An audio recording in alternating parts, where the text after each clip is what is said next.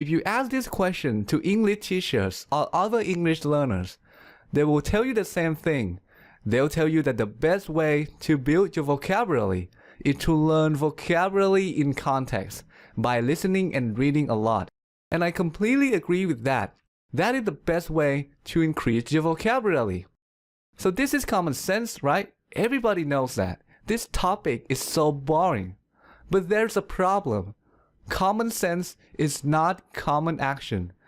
Everybody knows how to improve their vocabulary, but most people don't do it because they spend too much time on things like social media and deal. So let's get started. The first benefit you'll get is intuition. What is intuition? Well, let's say that you come across a multiple choice question about English grammar. You look at the choices and you know immediately what the correct answer is.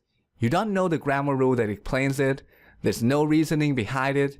It just feels right. That's intuition. It comes from taking in a lot of input by listening and reading. Unfortunately, some people don't appreciate the power of intuition. They learn vocabulary in a very strange way.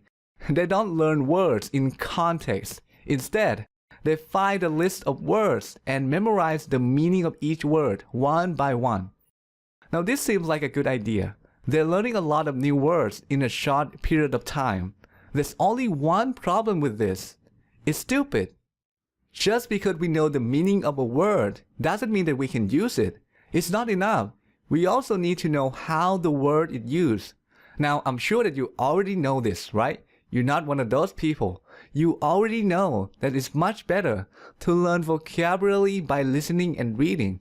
Because when you do that, you're not only improving your vocabulary, but also grammar, sentence structure, and so on. And over time, you will become an independent learner. It means that you have the ability to improve your English without help from other people. And that's really cool. Now let's talk about the second benefit of this habit.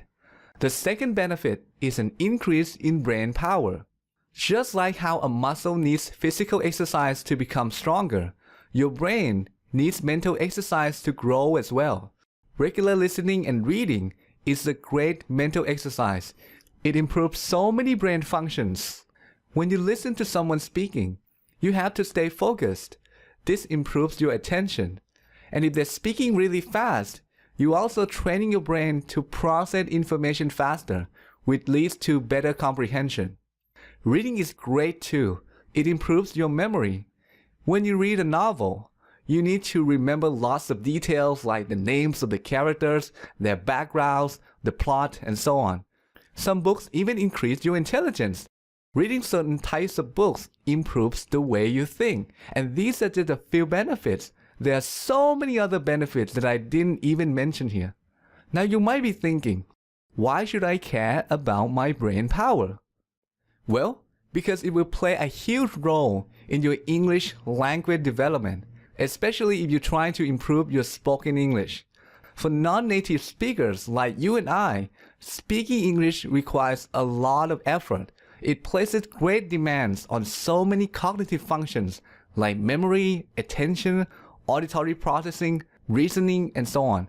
So if you want to speak English well, you're going to need to have a strong, healthy brain with lots of power. And by the way, if you're not living in an English-speaking country, this habit is a must. And I'm speaking from my personal experience here.